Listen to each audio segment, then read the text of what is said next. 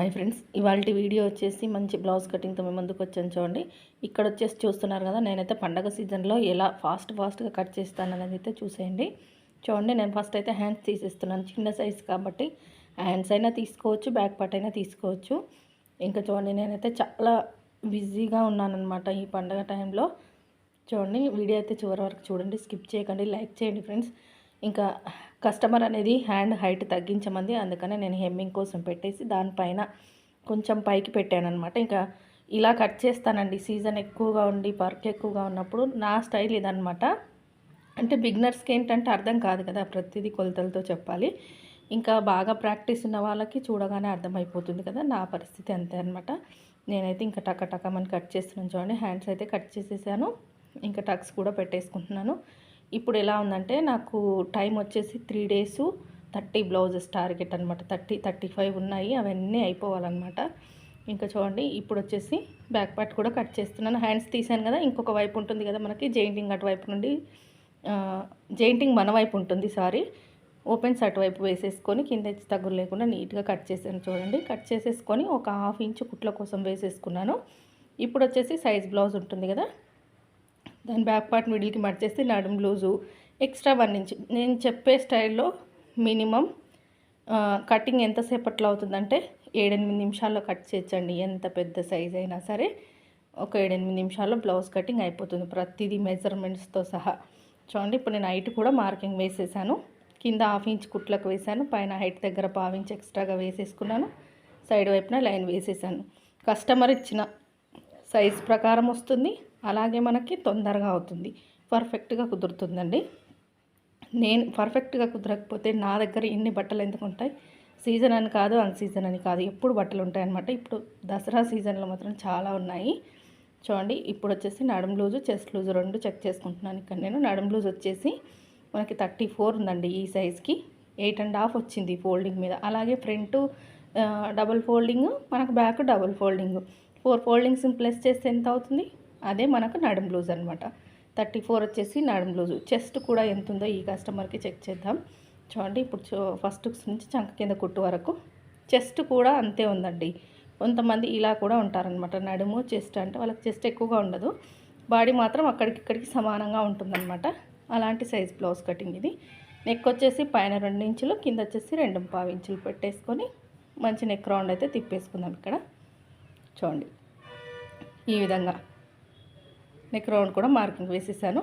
ఇప్పుడు వచ్చేసి చంకదింపు అనేది బ్లౌజ్ ప్రకారం వెళ్ళిపోవాలి. ఇంకా షోల్డర్ పెట్టేసుకుంటున్నాను. చూడండి, వచ్చిన దానికంటే ఒక 1/4 inch ఎక్స్ట్రా, ఎందుకంటే మాకు కుట్టేటందుకు. ఇప్పుడు చంకదింపు కూడా వచ్చిన దానికంటే ఖర్చు కోసం ఒక 1/4 inch పైకి మార్కింగ్ వేసేసుకొని ఈ విధంగా రౌండ్ తిప్పేసాను. ఇంకా నేను ప్రతిదీ టేప్ పెట్టానండి. ఇలాంటి టైంలో ప్రతిదీ టేప్ పెట్టుకుంటూ కూర్చుంటే ఏమవుతుందంటే టైం వేస్ట్ అవుతుందన్నమాట.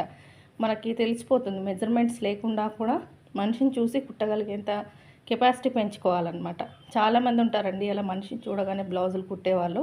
అప్పట్లో కుట్టేవాళ్ళు అలాగే కుట్టేవాళ్ళు చాలా మటుకు. ఇప్పుడు చూడండి, నేనైతే ఆమ్ రౌండ్ అయితే చెక్ చేసుకుంటున్నాను. 8 మీద 2 గీతలు రావాలి నాకు, ఖచ్చితంగా వచ్చేసింది ఇక్కడ. ఇంకా నేనైతే కట్ చేస్తున్నాను. చూడండి, ప్రాక్టీస్ అనేది ఎక్కువగా ఉండాలన్నమాట. దేంట్లో అయినా ప్రాక్టీస్ చేసే కొద్దీ, అనుభవం కొద్దీ మనకు తెలిసిపోతుంది. నేర్చుకోగానే వచ్చేది ఏదైనా కూడా, తప్పు జరిగితేనే, పొరపాటు జరిగితేనే వచ్చేస్తుంది, అది గుర్తుంచుకోవాలి. నేను స్టార్టింగ్లో నేర్చుకున్నప్పుడు చేసిన పొరపాట్లు అన్నీ ఇన్ని కావన్నమాట, చాలా ఉన్నాయి. చూడండి, ఇప్పుడైతే బ్యాక్ పార్ట్ కట్ చేశాను కదా, ఇంక ఇక్కడ నడుము దగ్గర క్రాస్గా కొద్దిపాటి ముక్క తీసేయడం వల్ల బ్యాక్ పార్ట్ అనేది దిగిపోయినట్టుగా కాకుండా మంచి ఫినిషింగ్ వచ్చేస్తుంది అనమాట.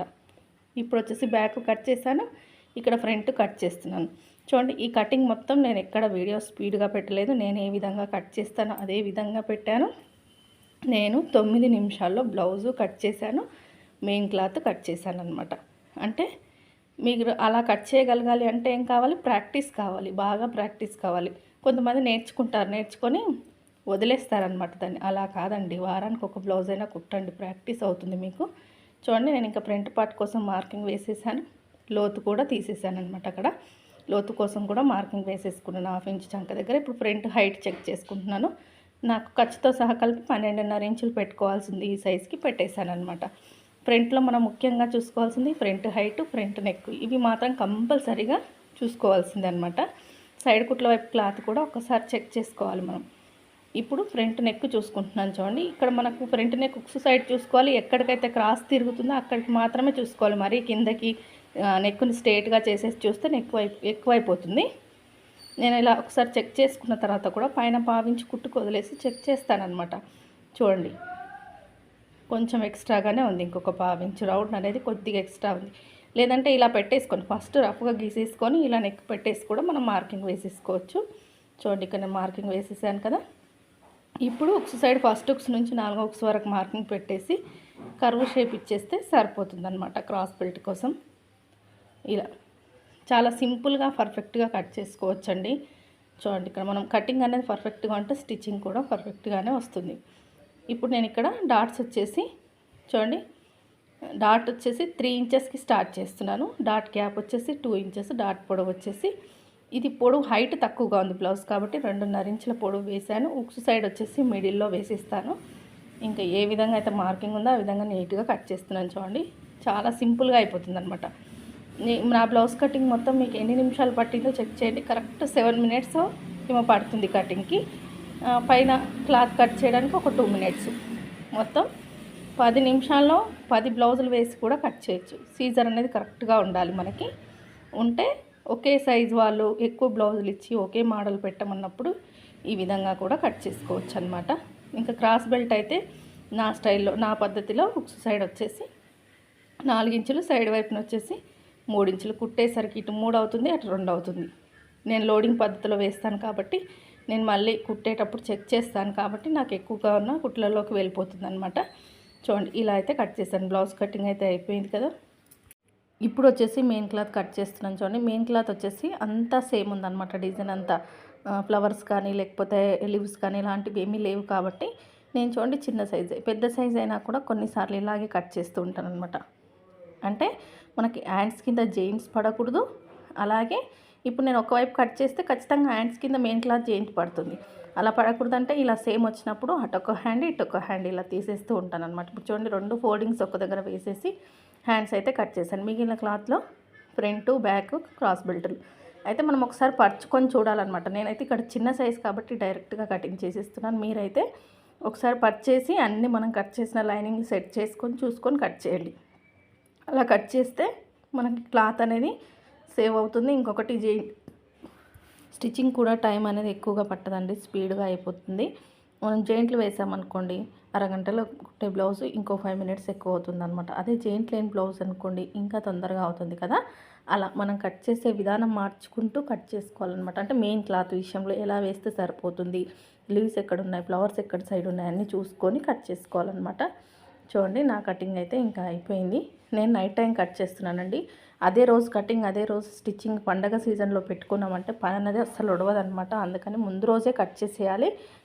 మనం నెక్స్ట్ డే స్టిచ్చింగ్కే కూర్చోవాలన్నమాట. కట్ చేసింది అనుకోండి బ్లౌజ్ తొందరగా అయిపోతుంది. బ్లౌజ్ అయినా ఏదైనా ముందు రోజు కట్ చేస్తుంటే మాత్రం ఆ రోజు వర్క్ అనేది ఎక్కువ అవుతుంది.